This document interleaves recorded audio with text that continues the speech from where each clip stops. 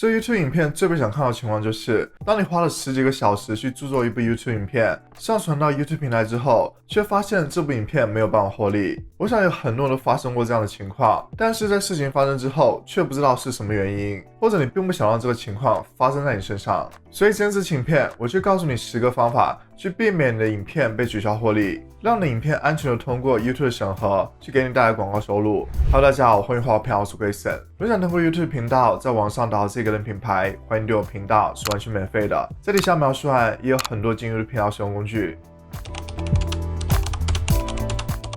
造成有很多 YouTuber 制作出来的影片无法盈利的原因就是他们缺乏信息，他们可能知道一些 YouTube 的基本概念，但是对于具体的内容并不太了解。我们要知道 YouTube 的平台是有很多增值条款的。首先第一个就是 YouTube 的设立规范，这是一系列的规则去保证每个用户在 YouTube 上面的安全。第二个就是广告客服青睐内容的规范，里面会解释有哪些影片内容是适合广告商投放广告的。第三个就是 AdSense 的计划政策，这是在 YouTube 里面投放广告的一些条件还有条款。第四个就是 YouTube 的服务条款，这是一系列观众还有创作者在 YouTube 上面如何运作的条款和条件。如果你的影片有违反以上4项政策的其中一种，那么你影片就会被取消获利。如果是刚开始进 YouTube 频道，或者对 YouTube 这个平台并不了解，你可能对于取消获利这个定义并不太明白。如果一部影片被取消获利，那么就意味着这部影片里面无法出现广告，包括所有的广告类型，像展示广告、重叠式广告、赞助卡片、可跳过的影片广告和不可跳过的影片广告。关闭一部影片的广告获利功能只是一种形式，如果情节更严重， YouTube 有权利把整个频道的广告获利功能都关闭，或者是永久禁止任何盈利功能。这里就包括了所有 YouTube 频道的盈利功能，像是广告盈利、超级贴图、超级留言、超级感谢、出售实体商品、频道会员，还有 YouTube Premium 的收入。这些所有的 YouTube 频道盈利的模式都会被禁止。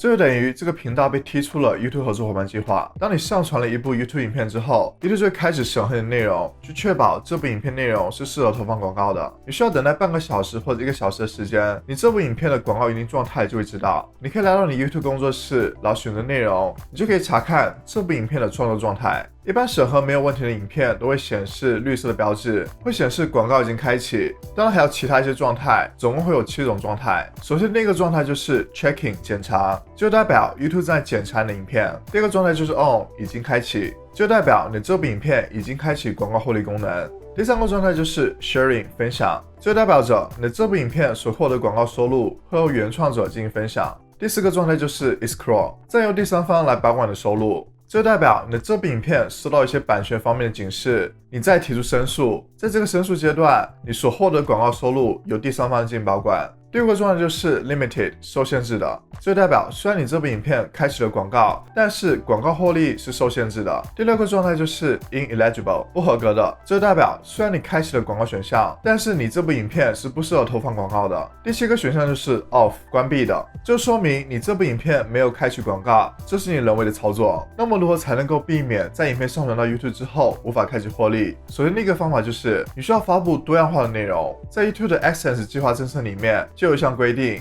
你的内容要避免重复性，这就意味着你不应该在你频道里面发表一些没有明显区别的影片，你的影片需要有一些多样性，从你使用的音频到你涵盖的话题。当然这也不是意味着你不能够围绕同一个主题进行更深入的探索，你可以围绕同一个主题从不同角度去制作不同内容。例如在我频道里面，我有4部关于 YouTube 影片片头动画的影片，虽然都是 YouTube 片头动画的主题，但是我会教大家不同的方法、不同技巧去制作 YouTube 片头动画，所以这样的内容是可以的。总的来说，你的内容不应该是批量生产的、过度模式化的，还有电脑程序生成的。第二个方法就是加入新的价值给再利用的内容，使用其他创作者的知识产权，例如歌曲、影片片段还有图像，可能会导致你的频道收到1个或者多个版权主张。当你的影片里面含有这些不属于你的内容，你就会收到这些版权警告，你也有可能会收到版权声明，这样就会删除有问题的影片，或者说只给你部分的收入。如果想去了解版权声明还有版权警告它们之间的区别还有定义，你如何有效的避免，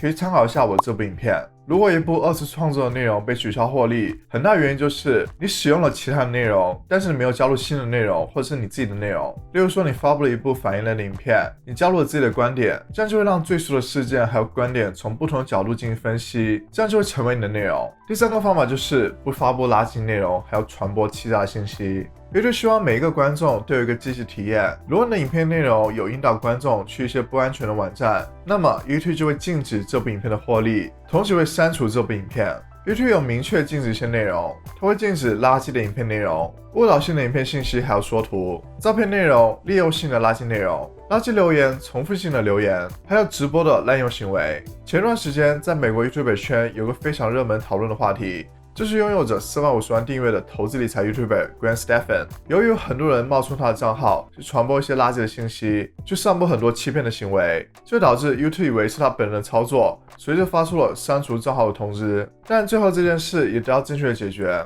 如果影片内容想要企图把观众带离 YouTube 去一些其他不安全的网站，那么这部影片的获利就被取消，同时 YouTube 会删除这部影片，甚至会封锁你的账号。第四个方法就是不要在影片里面发布仇恨的言论。YouTube 是不允许任何仇恨的言论的。如果你要保证这部影片能够成功开启获利，你的影片内容就不能够含有任何一点关于煽动个人或者群体采取暴力的行为，或者煽动一些仇恨的言论。最恶劣的仇恨言论是围绕年龄、性别、性取向、种族、残疾、宗教、移民身份，还有退伍军人身份。这里有一些仇恨言论范例，希望大家都能够避免。第五个就是尽量少用脏话。不管你是否在平时说话的时候会用脏话，当你录制影片的时候，你需要克制自己，尽量少用脏话。这样对于你影片开启获利，还是对于观众的观看体验都是更好的。YouTube AI 系统会检测你这部影片里面所说的每一个字，如果它检测出来有过多的脏话，就会关闭这部影片的获利功能。第六个方法就是不要展示出危险或者非法的活动。如果你想要确保 YouTube 被取消这部影片的获利，你就要避免你的影片里面出现一些身体伤害、死亡的剪辑或图像，这些主题都会让观众感到不安，同时会吓跑广告商。同时，发布非法活动也是不可以的，例如毒品，包括烟草制品、枪支、网络黑客，还有其他犯罪的可疑活动。如果你不展示这些内容在你影片里面，你将更有机会开动获利。最重要的就是鼓励危险的行为会导致你取消获利，或者是有更严重的后果。如果你认为某项活动会造成一些伤害或者死亡，那么就不适合在 YouTube 上面播放。第七个就是避免发布色情的内容。YouTube 会把任何色情的内容都取消获利，没有任何的广告会出现在这样的影片里面。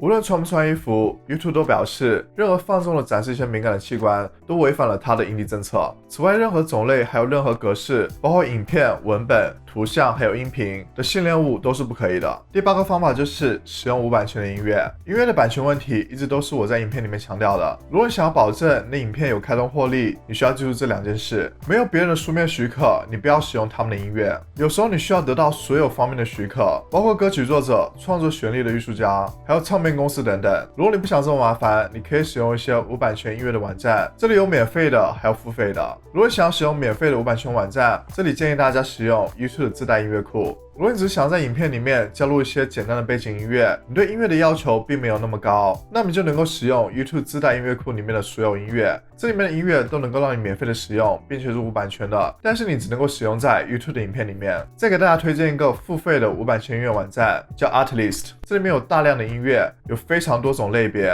可以满足你不同的需求。你可以找到各种类别的音乐，去提升你影片的质量。如果你的音乐有高的要求， Artlist 里面的音乐是我大力推荐的。第九个方法就是注重对年轻观众安全的影片。儿童安全在 YouTube 上面是非常重要的，所以你就需要保证，如果有年轻的观众观看了你的影片，并不会造成负面的影响。你的影片里面不能够包含以下内容：含有未成年人的色情内容，对未成年人造成身体伤害的危险活动，带有暴力和性主题的误导家庭内容，表现父母对未成年人的虐待和胁迫的情感痛苦的内容，网络欺凌还有骚扰未成年人的内容。第10个方法就是避免一些敏感的事件还有话题。敏感事件是指最近发生的引起广泛痛苦的事件，这些可能是夺走40人生命的自然灾害，以及恐怖袭击还有战争的画面。你也可以想象，这些类型的影片并不好看，所以 YouTube 有没有动机从这些影片里面进行获利，你也应该避免制作这样类型的影片。但也不是意味着如果你影片里面提到战争就没有办法获利，你如何引用这样的信息才是最重要的。如果你只关注暴力，或者是播放了一些敏感内容，那么这样的影片是没有办法获利的。希望大家的影片都能够顺利开通获利。这期影片内容比较多，所以我我建议大家可以多看几遍，帮助自己记忆和理解。大家最常遇到的影片无法开通破例原因就是使用了版权内容，所以如果想具体知道版权内容的细节，可以去看我这期影片。如果你觉得这期影片对你有帮助，欢迎点赞。如果还想了解更多关于 YouTube 内容，欢迎订阅我频道。如果想和我更多互动，可以关注 IG， 在底下描述栏也有很多进入 YouTube 频道使用工具。那我们下次再见，拜拜。